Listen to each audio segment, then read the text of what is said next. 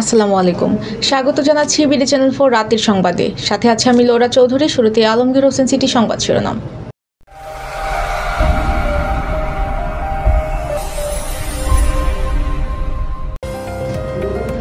নান্দাইলে 2 হাত বাঁধা অবস্থায় যুবকের ঝুলন্ত লাশ উদ্ধার। কুলিয়ারচরে আইএফআইসি ব্যাংকে রহস্যজনকভাবে 6 স্টাফ অজ্ঞান, কারণ অজানা। পাকুন্দিয়ায় প্রতিবন্ধীদের মধ্যে বিনামূল্যে হুইল চেয়ার বিতরণ। আসামে 132 বছরের রেকর্ড ভাঙা বৃষ্টি। চিকুনগুনিয়ার কারণে স্থগিত নারী ইমার্জিং এশিয়া কাপ। শুনছিলেন আলমগীর হোসেন সিটি সংবাদ শিরোনাম। এবার ম্যাপেল ইন্টারন্যাশনাল স্কুল বিস্তারিত।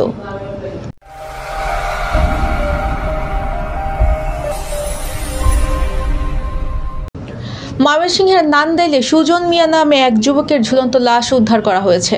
আজ সকাল 11টায় নান্দাইল মডেল থানা পুলিশ উপজেলা খারুয়া ইউনিয়নের মহেশকুড়া গ্রামের একটি আম কাঁঠালের বাগান থেকে 2 হাত বাঁধা অবস্থায় ওই যুবকের লাশ উদ্ধার করে। জানা গেছে, নিহত সুজন মিয়া পার্শ্ববর্তী হোসেনপুর উপজেলার আড়াইবাড়ি ইউনিয়নের চর জামাইল গ্রামের আমিনুল হকের পুত্র। সংসারের স্ত্রী ছাড়া তার 3 বছরের একজন কন্যা রয়েছে। আজ সকালে মহেশকুড়া গ্রামের হেলিমুদ্দিনের আম কাঁঠালের বাগানে আম গাছে সুজন মিয়ার 2 হাত বাঁধা ঝুলন্ত লাশ দেখতে পায় স্থানীয়রা। পরে থানা পুলিশ খবর পেয়ে নিহতের লাশ উদ্ধার করে ময়নাতদন্তের জন্য ময়মনসিংহ মেডিকেল কলেজ হাসপাতাল মর্গে প্রেরণ করে। পরিবার সূত্রে জানা যায়, সুজন মিয়া মহেশকুড়া এলাকায় 35 শতক জায়গায় কৃষিকাজ করত, কিন্তু গতকাল দিবাগত রাতে আর বাড়ি ফিরেনি। তবে নিজ এলাকার এক মাদক ব্যবসায়ী তাকে বিভিন্ন ধরনের হুমকি দিয়ে আসছিল। এ বিষয়ে নান্দাইল মডেল থানার অফিসার ইনচার্জ মোহাম্মদ আনোয়ার হোসেন নিহতের লাশ উদ্ধারের ঘটনা নিশ্চিত করে জানান, 2 হাত বাঁধা ও নিহতের মাথায় রক্তাক্ত আঘাতের চিহ্ন পাওয়া গেছে। ময়নাতদন্তের জন্য লাশ মর্গে প্রেরণ করা হয়েছে এবং নিহতের পরিবারের অভিযোগের প্রেক্ষিতে আইনগত ব্যবস্থা গ্রহণ করা হবে। কিশোরগঞ্জের কুলিয়ারচরে আইএফআইসি পিএলসি ব্যাংকের ম্যানেজার সহ 6 জন স্টাফকে রহস্যজনকভাবে জ্ঞানহারা অবস্থায় উদ্ধার করে হাসপাতালে ভর্তি করা হয়েছে। রহস্য এখনও উদ্ঘাটিত হয়নি। গতকাল দুপুর আনুমানিক 1:30টার দিকে কুলিয়ারচর বাজারস্থ হাবিব কমপ্লেক্সের 2য় তলায় আইএফআইসি পিএলসি ব্যাংকের এই রহস্যজনক ঘটনাটি ঘটে। প্রত্যক্ষদর্শী কুলিয়ারচর রাজারস্থ অটো গ্যারেজ মালিক আমিন বলেন, তিনি আনুমানিক 1:15টার দিকে একটি অ্যাকাউন্ট খুলতে 8 লাখ টাকা নিয়ে ওই ব্যাংকে যান। ওই সময় ব্যাংকের সকল স্টাফ কাজ করতেছিলেন। পরে ব্যাংকের এক কর্মকর্তা তাকে ছবি তুলে আনতে বললে তিনি ছবি তুলতে বাইরে যান। প্রায় 15 মিনিট পরে ছবি নিয়ে ব্যাংকের সামনে এসে দেখেন ব্যাংকে কোনো আলো নেই। কিছুক্ষণের মধ্যে লাইট জ্বলে ওঠে। তখন দারোয়ান তাকে ভিতর থেকে তার শার্টটি এনে দিতে বলেন। ভিতরে গিয়ে দেখেন অন্যান্য সকল স্টাফ ফ্লোরে পড়ে ছটফট করছেন। তখন তিনি সহ উপজেলা বিএনপির প্রচার ও প্রকাশনা বিষয়ক সম্পাদক মোহাম্মদ কামরুল ইসলাম মুসা লোকজন নিয়ে সকলকে উদ্ধার করে কুলিয়ারচর উপজেলা স্বাস্থ্য কমপ্লেক্সে নিয়ে গেলে কর্তব্যরত চিকিৎসক 4 জনকে পার্শ্ববর্তী ভাগলপুর জহুরুল ইসলাম মেডিকেল কলেজ হাসপাতালে প্রেরণ করেন। বাকি 2 জন কুলিয়ারচর উপজেলা স্বাস্থ্য কমপ্লেক্সে ভর্তি করা হয়।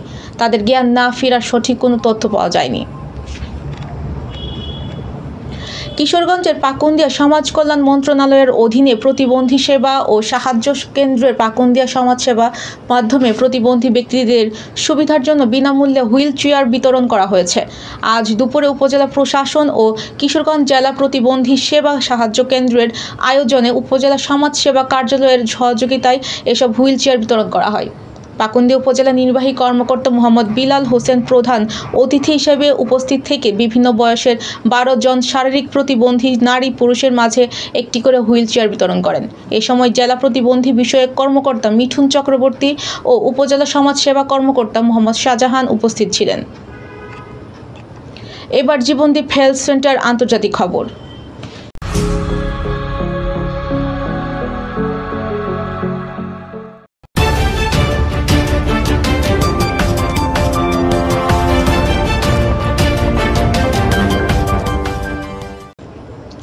ভারতের উত্তর পূর্বাঞ্চলে বন্যা পরিস্থিতির আরও অবনতি হয়েছে। আসামের শিলচর 132 বছরের রেকর্ড ভেঙে একদিনে সর্বোচ্চ বৃষ্টিপাতের রেকর্ড করা হয়েছে। আজ সংবাদ মাধ্যম এনডিটিভির প্রতিবেদনে বলা হয়, টানা বৃষ্টিতে ভারতের উত্তর পূর্বাঞ্চলীয় আসাম, মণিপুর, ত্রিপুরা, সিকিম, অরুণাচল সহ কয়েকটি রাজ্যের বন্যা পরিস্থিতির আরও অবনতি হয়েছে। এতে অন্তত 34 জনের মৃত্যু হয়েছে। গতকাল 132 বছরের রেকর্ড ভেঙে আসামে একদিনে সর্বোচ্চ বৃষ্টিপাত হয়েছে। এবার ঘরোয়া ডিজিটাল প্রিন্টার্স খেলার খবর।